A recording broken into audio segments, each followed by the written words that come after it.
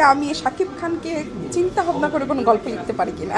সব নায়িকার ইন্টেনশন যদি এমন থাকে যে আমি শাকিব খানের সন্তানের মা হতে চাই, একটাই বিয়ে করেছি এবং সেটা প্রেম ভালোবাসা পছন্দ করি না, কিন্তু প্রেমে পড়ে বিয়ে করে ফেলেছি। আর আমাকে সামাজিকভাবে অনেক হেয় প্রতিপন্ন করা হয়েছিল। বাংলাদেশের প্রথম নারী থ্রিলার লেখক হিসেবে এখানে সম্মানিত করা হচ্ছে। নারী থ্রিলার লেখকদের মধ্যে আমি প্রথম। আজকে আমাকে বাংলাদেশের প্রথম নারী থ্রিলার লেখক হিসেবে এখানে সম্মানিত করা হচ্ছে। এটা আসলে আমার জন্য খুবই গর্বের। আর আরেকটা বিষয় হচ্ছে, আমাদের দেশে একটা প্রশ্ন আমার কাছে প্রায় আসে, সেটা হচ্ছে যে আপনি থ্রিলার লেখক কেন, নারীরা তো থ্রিলার লিখে না।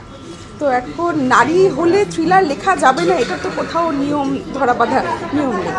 তো আমি 2011 সালে প্রথম থ্রিলার লেখা শুরু করি। যখন আমি থ্রিলার লিখি তখন আসলে বাংলাদেশের মানুষ ওভাবে থ্রিলার পড়তে পছন্দ করতো না। 11 সালেও মানুষ হচ্ছে একটু রোম্যান্টিক কবিতা, রোম্যান্টিক গল্প বা একটু ছ্যাঁকা খাওয়া গল্প, এই টাইপের গল্প পছন্দ করতো বেশি। কিন্তু আমি যখন থ্রিলার লিখলাম তখন তো আমাকে সামাজিকভাবে অনেক হেয় প্রতিপন্ন করা হয়েছিল। বিশেষ করে আমি যে প্রতিষ্ঠানে চাকরি করতাম সেখানে আমাকে বলা হয়েছিল যে এ সমস্ত কী লেখেন, এবং তারা বইটা পড়েও না পড়েই বলা হয়েছিল। আমার প্রথম বইয়ের নাম ছিল বয়ফ্রেন্ড.com, এবং পরবর্তীতে আমি এই ধরনের মানে কথা শোনার পর আমি খুব কষ্ট পেয়েছিলাম এবং আমি দীর্ঘদিন লিখিনি। তারপর 2024 সালে আমার দ্বিতীয় থ্রিলার বই বের হয়, যেটার নাম হচ্ছে লাশ নম্বর 403, এবং এটা যারা থ্রিলার প্রেমী পাঠক আছে তাদের কাছে অনেক বেশি পাঠকপ্রিয়তা পায়। বিশেষ করে প্রত্যেকটা গ্রুপে দেখেছি অনেক পাঠক তাদের কেনার পরে কেউ পড়েছেন, পড়ে রিভিউ দিয়েছেন, কেউ বই কিনেছেন বলে বইয়ের ছবি সেখানে শেয়ার করেছেন। তো 2025 সালে যখন আমি বইমেলাতে আমার তৃতীয় থ্রিলার বই 86 জনসন রোড নিয়ে এলাম, তখন সেই মেলাতে আমার লাশ নম্বর 403 পড়েছে এমন অনেক পাঠক এসেছিলেন, তাদের সাথে দেখা হয়েছে, কথা হয়েছে, এবং সেটা পড়ার পরে তাদের মনে হয়েছে যে না, এর কোনো পরবর্তী বই আছে কিনা সেটা দেখবে।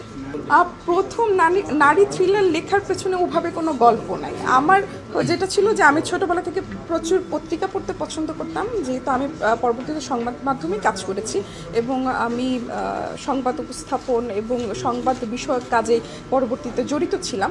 সেজন্য দেখা গেছে যে এই ধরনের গল্পগুলোই মাথায় আসে। প্রেম জীবনে এভাবে আসেনি, প্রেমের গল্পও আসে না। তবে আমার যেটা ইচ্ছে আছে, আমরা যদি সিনেমার দিকে যাওয়ার বিষয়টা থাকে, যেমন হুমায়ুন আহমেদ স্যার কিন্তু নিজে লিখেছেন, নিজে সিনেমা তৈরি করেছেন, যদি সেরকম অবস্থা তৈরি হয়, আমার নিজের গল্প দিয়ে টাকা পয়সাও দরকার আছে, যদি সেরকম কোনো প্রডিউসার পাওয়া যায় তাহলে আমরা বড় পরিসরে সিনেমা তৈরি করতে পারি।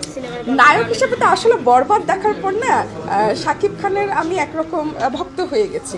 আমি এমনি শাকিব খানকে খুব পছন্দ করি, তার অভিনয়, তার স্কিলস আমার ভালো লাগে। আমি এর আগে কলকাতার যে শিকারি মুভিটা, সেটা আমি হলে গিয়ে, বাংলাদেশে যখন এলো তখন আমি হলে গিয়ে দেখেছিলাম। তো দেখা গেছে যে তার সিনেমা ভালো লাগে। তো বরবাদ সিনেমাটা দেখার পরে তার সম্পর্কে আমার একদম ধারণাই চেঞ্জ হয়ে গেছে। তো চিন্তা ভাবনা করে দেখতে হচ্ছে যে আমি শাকিব খানকে চিন্তা ভাবনা করে কোনো গল্প লিখতে পারি কিনা।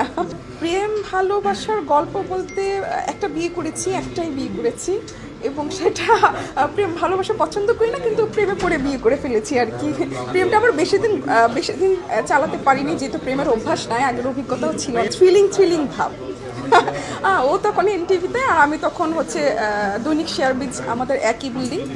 তো বিল্ডিংয়ে আমাদের দেখা হচ্ছে লিফটে ওঠানামা করতে করতে। তো লিফটে উঠতে নামতে কারণ বাজার মোড় পর্যন্ত এগিয়ে দেওয়া শুরু, তারপর সেখান থেকে প্রেম, হুট করে বিয়ে হয়ে গেছে। আচ্ছা, আমরা তো নায়ক পেলাম, বাংলাদেশে এত নায়িকা, কাকে নেবেন আপনি?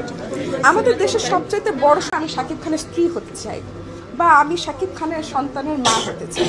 এখন সব নায়িকার ইন্টেনশন যদি এমন থাকে যে আমি শাকিব খানের সন্তানের মা হতে চাই, তাহলে শাকিব খান সাধারণভাবে বাংলাদেশের নায়িকাদের তো নিবে না।